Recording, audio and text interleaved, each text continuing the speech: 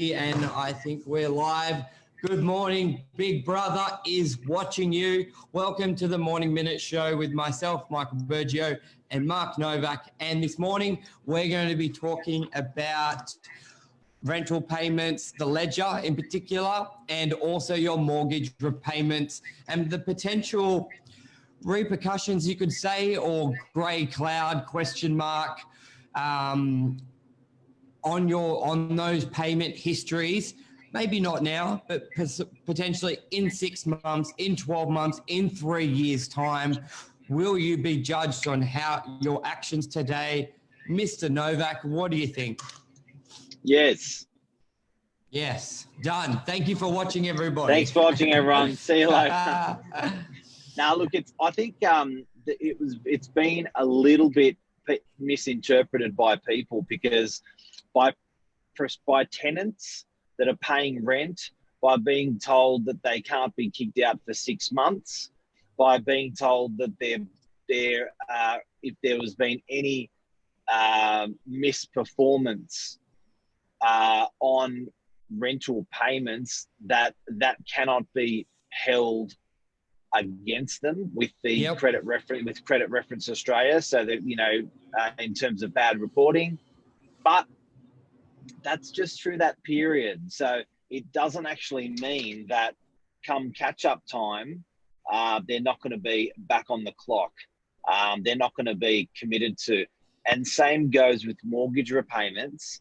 I can't help but to think, guys, and I'd love to know people's comments out there on this, but I can't help to think that you're not going to be held accountable for your non-payment. So let me give you an example. I am in hospitality. Yes. And I have frozen all my payments. Like I say, I got 2 mortgages. I've frozen both mortgages. In 6 months, I'm going to go for a loan in December. In December, you can't tell me if I've been frozen. Actually, can I give you a better example? This is a bit, I'm putting myself into a corner on this one. On those 2 mortgages, I paid perfectly. Yes. When I go for a mortgage in December through a bank, the bank's not going to say, I'm not going to give you a loan. But if the bank sees that I've been military in my payments through COVID-19, that's got to help me. 100%. And I think everyone is missing that. Everyone is missing that. If you've been a model citizen with your payments, I think that's got to help you in future. I definitely agree. Like, they say it can't be used against you, but what like perception and how people think and how they look at things, you can't get rid of it. So you made a great example last night when you had an interview with Rosie.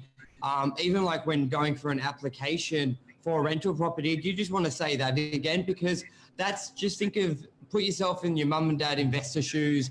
The agents called them for an application on their property. Like, first of all, they're probably going to want to know what industry they're in. Just like some banks right now have basically blacklisted some people in some industry. Okay, not blacklisted, but anyone who had a pre-approval in that sector, they're basically looking at them with a fine-tooth comb. They're saying, are they still working reduced hours? They want so much more information because they know their industry is in risk. So go through that example you said last night. To support what you just said, if you told me I had a 29-year-old pilot that wanted to move into an investment property that I own, if you told me that 6 months ago, I'd be like, yeah, a pilot. Put them in. They're minted for sure. Now, if you told me that, I'd be like, geez, the younger pilots are the ones that are going to find it hard to get a job. The older ones are going to get their jobs back first, but still hard to get a job. The world's changed. So the example I was giving was if you got people, again, let's use hospitality industry, right? And they're applying for a rental property in December this year. What happens is the landlord now starts getting funny about industries. So they used to be like, is it a secure job But that whole secure job interpretation has changed. So you say to your landlord, look, unfortunately, they're both in hospitality. She's a cook and he's a this. And the owner goes, no way, I'm not going to put them in.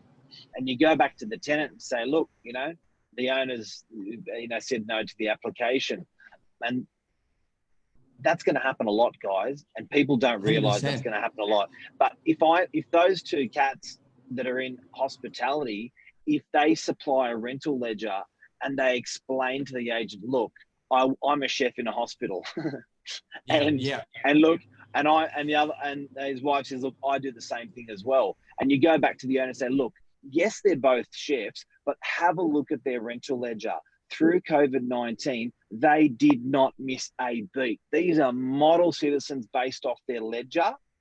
That's got to help you. So what I'm saying is, if you can hoard cash now, or if you can consistently make your ledger look spunky and pay on time, make your ledger, because it's going to have to be paid anyway. The rent's going to have to be paid. The mortgage is going to have to be paid anyway. If you have got the ability, pay it, because it's just going to be spunky in the future when you go 100%. To get a loan or a rental property. And also, at a minimum, g'day, Lisa's on, Anmel, Danny, welcome, Andrew Cole, great to have you guys on. Love your feedback, chuck it in here and your comments. And do you guys agree, or think we're crazy? Yeah, do you guys agree that someone, Boobs, good to see you. Do you guys agree that owners will actually look at people differently based on this period in 6 months' time? And you know what will be the worst? Will be if there's just no payments. Let's go with the example that you can't pay fair enough and you're on the assistant, but you call the agent and you say, guys, I'm down 60%, but I've got an extra $300 a week and I'm going to put that to rent. I know my rent's normally $600, but $300 I'll be able to catch up.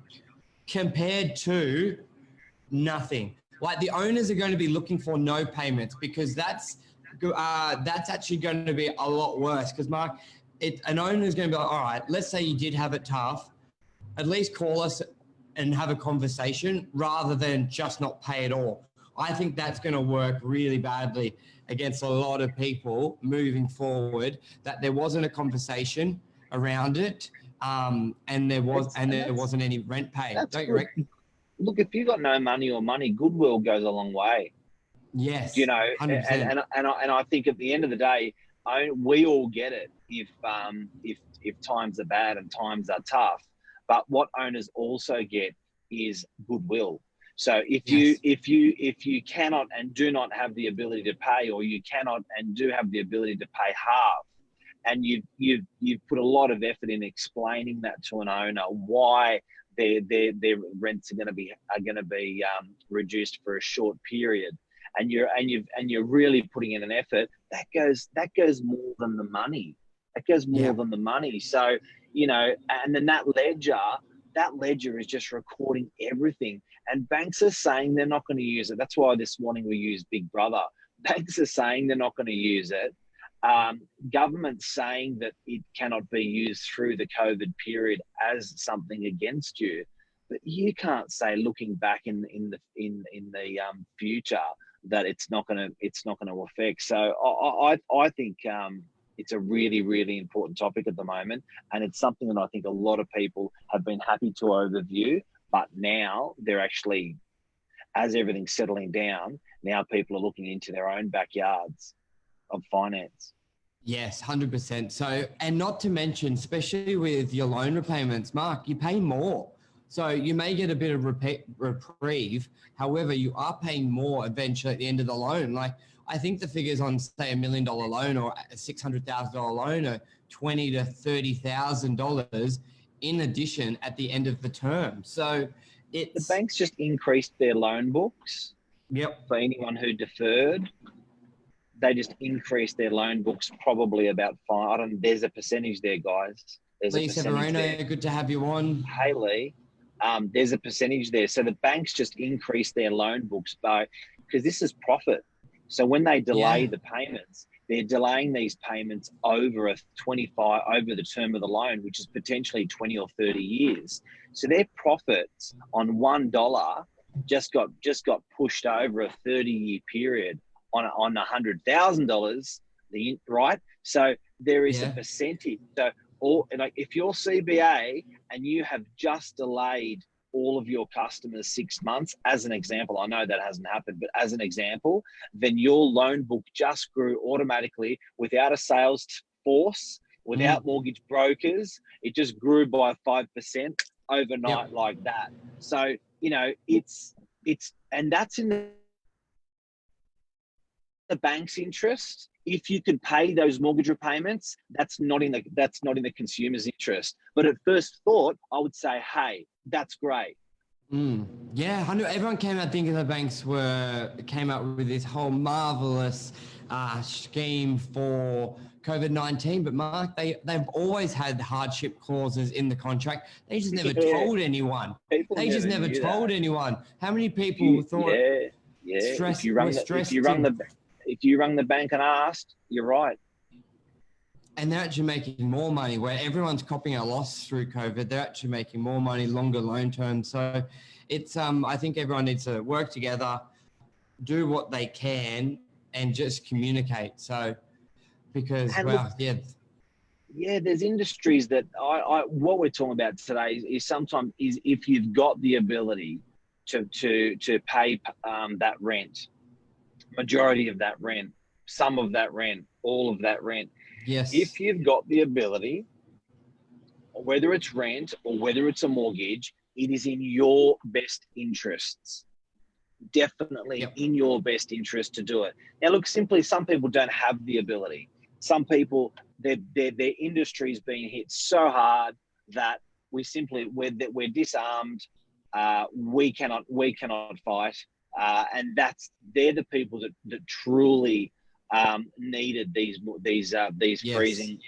freezing of mortgages, or people that truly needed the rent to be reduced. We get that. But we can't. G'day, Mitch. G'day, Corey. Good to have you guys on. What are we talking about today, Mark? We are talking about rental payments, mortgage ledger, and about Big Brother watching, where, yes, the government have said that they will not be using basically the ledger or your repayments against you in the future. But we're basically saying, come on, guys, what owner is not going to look back in favor of you for paying all your rental payments during COVID or not? And also goodwill goes a good way. If you cannot make the payment, having a chat with your owner, because a lot of people are just, you can't kick me out, I'm not paying, and you don't hear anything from them. Put yourself in that owner's shoes, and like that goodwill will go a long way. And then also with mortgage repayments, they've also said it won't count as a deferral with banks, but seriously, when they look back and they go, what's your risk rating? When they go, well, you are vulnerable, even though it's almost a lifetime pandemic. What we've learned from banks, regardless if it's once in a lifetime, they still look at it quite heavily. Look at Mark, flooded areas like Collaroy beachfront. All those premiums went through the roof because they're in risk of the high tides. Now that wasn't as bad as it was before we had the bad weather and it washed away the shoreline. But after it, the figures have been a lot higher. But you would think to yourself, come on, but it was once in 100 years. It's just happened. It's not going to happen again. But no, they still take it into consideration. So that's what we're saying today, guys. And I guess I've just come up with the word, it's profiling. Yeah. It's profiling. So if you want to profile a tenant and you want to profile a prospective mortgage, if you're a bank trying to profile the applicant, in this day and age, our point out of today's chat is that the ledger, your mortgage payment ledger or your rent payment ledger, is going to model your profile as a tenant, good or bad. It will. And as Lisa says, reputation sticks. Bottom line, good or bad, your reputation. That reputation. Now, it's pretty easy to call bullshit. Allow me to give you an example. I had a landlord call me yesterday, self-managing. He said, mate, my operator on the property that we're looking after has chosen to just lay down and play dead. So what do you mean? He said, well, he's been in the restaurant business. He hasn't even opened the door since COVID started. He hasn't attempted to make coffees, even just a coffee. He hasn't attempted to do takeaway, whether it be Uber Eats or whether it be Deliveroo or deliver themselves. He's just not attempted. So why should I, as a landlord, and this is it. This is profiling. This is what was the word Lisa used? Reputation. This is reputation. This guy is just like playing dead. Now, why should I, as a landlord, have to support someone who wants to, or it's fight or flight, right? This person doesn't want to fight. Why should I fight for this person? It's true. Like there's people out there that are pivoting, the magic word of 2020, pivot, with different things. And essential. Yeah, there's changing it up, trying to get an income stream. And if you went to the owner and said, this guy does this normally, but because he can't do that trade, now he's doing this, and this. He's trying to get people through. He's trying to get a little bit of income. One, so he can eat, but two, so he can fulfill his commitment of rent rather than just closing the door and saying, well, I'll wait for it to be over. So and you're being profiled. You're being watched by Big Brother. So, you know, the banks are going to turn around and profile you off, and it's not going to be hard to find the information because they're going to grab these ledgers that we're talking about. They're going to look at you and say, you know, how does this fit into our computer system? How does this person's profile? And the same with tenants. When they're going to go rent another property, they're going to be profiled off that ledger. It's very, very, you know, it's Michael, it's a difficult conversation to have, but I just know, you know, I know black and I know white, and I know how it's going to work if looking back from December, looking backwards on this. And I know, and we almost couldn't have this conversation 3 or 4 weeks ago because there was so much unemployment. And we didn't know where it was. We didn't know how bad it was. World War III sort of thing. Didn't know, but now it just feels the right time to say, guys, if you've hoarded cash and you're coming out of this, look, a big thing that I'm excited also for is the physios, dentists, and chiropractors all swung their doors open on the 27th. When was the 27th? Yesterday. And that was great news. I was very interested that it was done covertly. I hear that there was announcements, but certainly no big ones. Heard. Yeah, definitely. Easily into it, which is a great sign. But that's like an example. Think of it like if people think to themselves, when they're walking down the street and they just see the business closed and you go, hang on, isn't that essential? They could be open. You think that to yourself, you instantly profile them going, well, isn't something better than nothing? And then when you see a business that's open, you go, they normally do this, but I understand why they're not doing it that anymore. They can't. And now they're doing all of this and they're opened even more. And you're just like, wow, they're doing their part. So anything else you want to add into this, Mark? Yeah, I do want to talk about that exact topic, the champions out of COVID, because I think these people need a pat on their back. Yeah. There's the people that play dead. I don't want to talk about them. The people that are actually come out of this, pivoted, and look, they haven't killed it, but geez, they've killed themselves trying. I want to celebrate those businesses. We'll have a chat about that one maybe tomorrow. 100%. Yeah, I think we should. And it's like, even like with us, Mark, where deals and inquiries down, workload through the roof. And that's just what it's all about. So I'd love to hear anyone's comments, feedbacks about this as well. Do you agree? Do you disagree? Are you a landlord? Are you a tenant? If you guys want a topic that we go through, discuss, just pop it in there, guys, if you can. Lisa, right. What